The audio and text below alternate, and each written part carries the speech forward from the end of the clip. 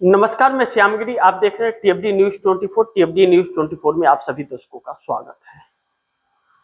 पश्चिम बंगाल के अंदर जो समस्याएं उत्पन्न हो गई हैं भारतीय जनता पार्टी की सरकार आने के बाद, वह थमने का नाम नहीं ले रही है। कई चीजें एक साथ हो रही हैं जो हर किसी को चिंतित कर रही हैं। बुलडोजर का चलना, अचानक में किसी के घर पर बुलडोजर चल जाना, बरसों से जो सपना देख करके लोगों ने घर बनाया, शुभेंदु अधिकारी उसे अगर बुलडोजर चला रहे हैं तो यह एक खुंदस इसको कहते हैं कि लोगों को परेशान करना।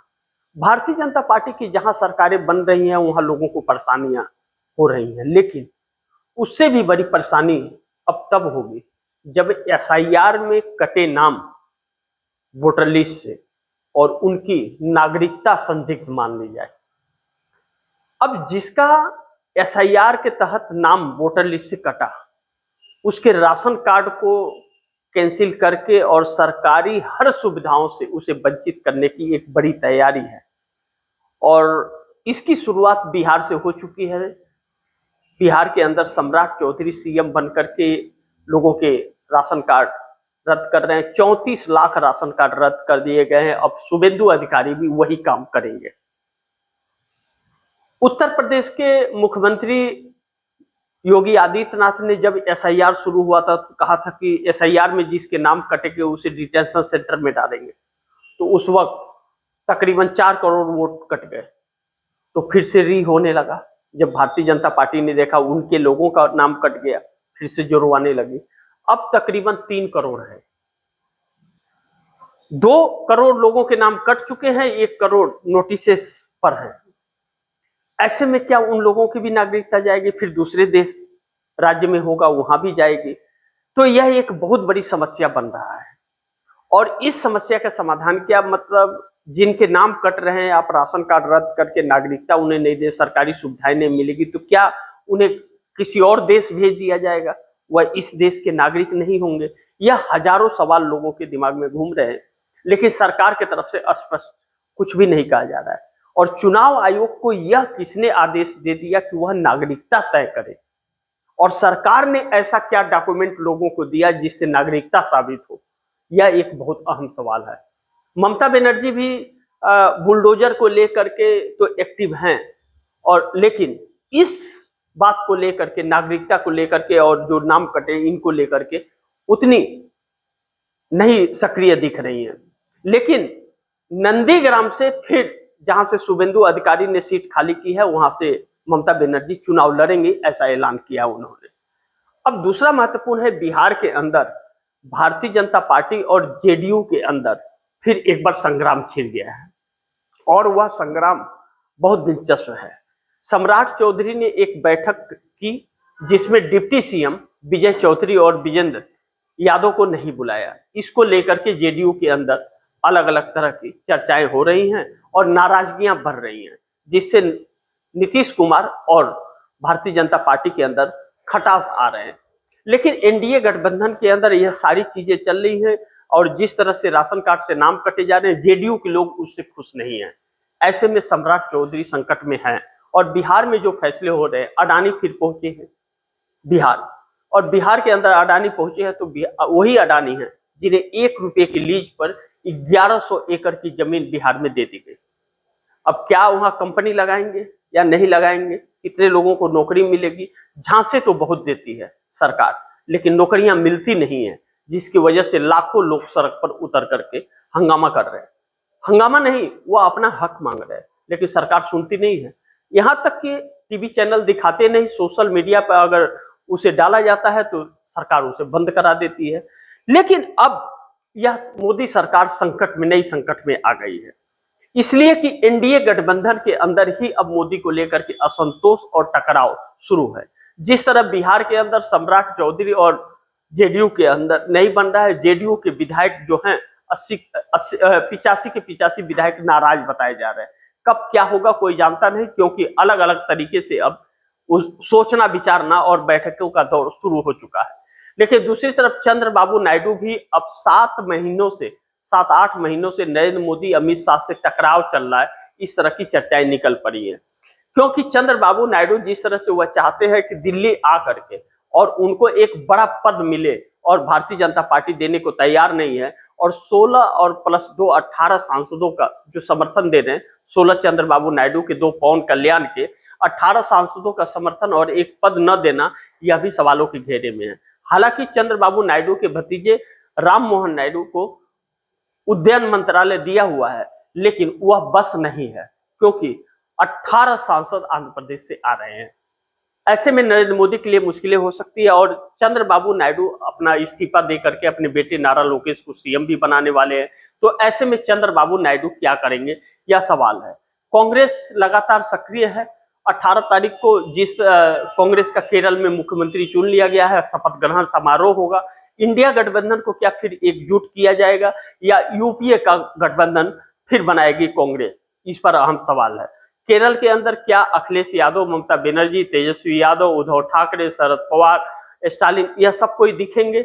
ऐसी उम्मीद तो बहुत कम है, क्योंकि कांग्रेस भी जानती है कि सब अपने अपने में मगरूर हैं और मुद्दों से किसी को कोई मतलब नहीं है। लेकिन एनडीए का जिस तरह से बंगाल में सभी मुख्यमंत्री शामिल थे, क्या यह लोग आएंगे, यह देखना बड़ी महत्वपूर्ण होगा। अगर आते हैं तो शायद इंडिया गठबंधन को फिर एक चांस मजबूत करने का दिया जा सकता है, अन्यथा कांग्रेस अपना यूपीए 3 का फिर से गठन करेगी, और एक नए गठबंधन, और बगैर कांग्रेस का किसी का गठबंधन बन नहीं सकता। ऐसे में देखना बड़ी महत्वपूर्ण होगा। लेकिन चंद्रबाबू नायडू कांग्रेस से नजदीकियां बना रहे हैं, इस तरह की चर्चाएं बड़ी तेजी से अब चल रही है, और मोदी शाह से नाराजगी है।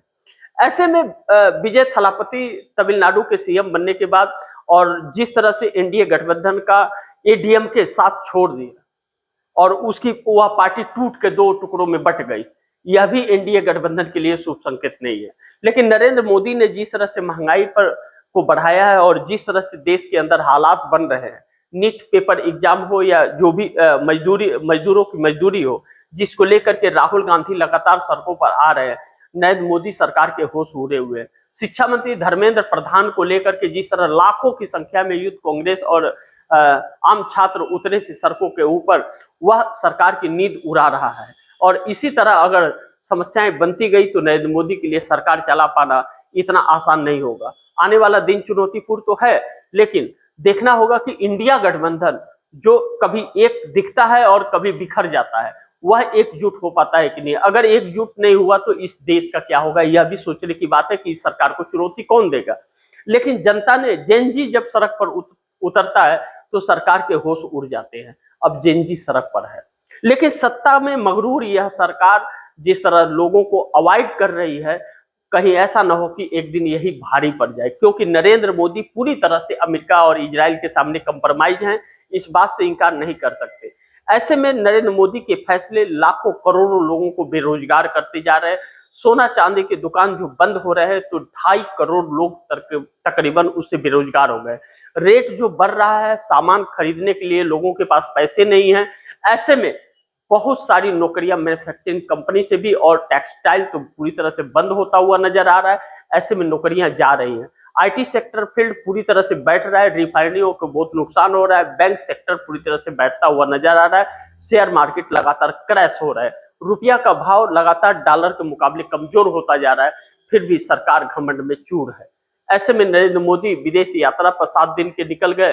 अब 7 दिन में क्या लेकर के आते हैं, आज तक तो लेकर के आया नहीं 12 सालों में। अब कौन सा तीर मार करके आएंगे, यह भी देखना बड़ी महत्वपूर्ण होगा। लेकिन यह देश एक बड़े संकट से जूझ रहा है, इस बात से हम इनकार नहीं कर सकते। मोदी और नीतीश में क्या संग्राम है, चंद्रबाबू नायडू और मोदी में क्या संग्राम है, लेकिन एक बात तय है, नीतीश नायडू ने अगर नीतीश नायडू ने ठान लिया तो 30 सांसद सरकार हिला देंगे, इस बात से इनकार नहीं कर सकते। क्योंकि सरकार एक ऐसे पायदान पर अब खड़ी है कि 2 सहयोगी, मुख्य सहयोगी जो हैं नीतीश और नायडू, इन दोनों के साथ इसके रिश्ते सही नहीं हो रहे हैं। क्योंकि चंद्रबाबू नायडू को कहे तो चंद्रबाबू नायडू के साथ जो भी वादे किए हैं, इसने वादे पूरे नहीं किए, और चंद्रबाबू नायडू को स्पेस केंद्र में नहीं दे रही मोदी सरकार। इससे चंद्रबाबू नायडू खासे नाराज हो रहे हैं। अगर नहीं दिया गया और 2 सेक्टर में से कोई एक सेक्टर मांग रहे हैं चंद्रबाबू नायडू, या तो आईटी सेक्टर दे या तो फिर इंडस्ट्रियल सेक्टर दे, दोनों में कोई एक देना पड़ेगा। या तो कोई और बड़ा औहदा दे, वित्त मंत्रालय दे, गृह मंत्रालय दे, रक्षा मंत्रालय, उन्हें चाहिए जरूर, नहीं तो वह समर्थन वापस लेंगे। इसके अलावा उनके पास रास्ता नहीं है। नीतीश कुमार राज्यसभा सांसद बन गए हैं, लेकिन राज्यसभा वह आ तो गए हैं, लेकिन उन्हें कोई औहदा नहीं दिया जा रहा है। उन्हें भी औहदा चाहिए। पिछले दिनों खबर चली थी कि डिप्टी प्राइम मिनिस्टर बनेंगे, तो फिर अगर उन्हें कुछ तो औहदा देना पड़ेगा, अन्यथा नीतीश कुमार भी ऐसे चुप बैठने वाले नहीं है। जिस तरह से सम्राट चौधरी ने बैठक में दोनों डिप्टी सीएम को नहीं बुलाया, और नीतीश कुमार डिप्टी सीएम सम्राट चौधरी जब थे तब उनको लगातार अपने बैठकों में रखते थे, इससे भी एक गुस्सा और नाराजगी जाहिर हुई है। ऐसे में 12 सांसद भी नीतीश कुमार के नरेंद्र मोदी को झटका दे सकते हैं। तो ऐसे में नीतीश नायडू अगर नाराज होते हैं और दोनों की बात नहीं मानती है सरकार, तो फिर 30 सांसदों का समर्थन वापस भी हो सकता है, क्योंकि बिहार भी जा सकता है और केंद्र भी जा सकता है। नरेंद्र मोदी बड़े संकट में फंस सकते हैं। देखना यह होगा कि क्या इन लोगों को मना लेते हैं या फिर यह समर्थन वापस आने वाले वक्त में ले लेते हैं। इंडिया गठबंधन तो सरकार बनाने जा नहीं रहा है, लेकिन मध्यवर्ती चुनाव की तरफ यह देश जरूर चला जाएगा अगर 30 सांसदों का समर्थन वापस नीतीश नायडू ने ले लिया तो। देखना महत्वपूर्ण होगा क्या होता है। जो भी होगा खबरें आप दर्शकों तक लाता रहूंगा। आप दर्शकों की क्या राय है, क्या सुझाव है, कमेंट बॉक्स में जरूर दीजिएगा। इस खबर को ज्यादा से ज्यादा शेयर कीजिए, अपने दोस्तों को भी कहिए आगे शेयर करें। और आपने टीएफडी न्यूज 24 को सब्सक्राइब नहीं किया, सब्सक्राइब कर लीजिए। अपने दोस्तों को भी कहिए सब्सक्राइब करें। मिलते हैं अगली खबर के साथ, तब तक के लिए नमस्कार।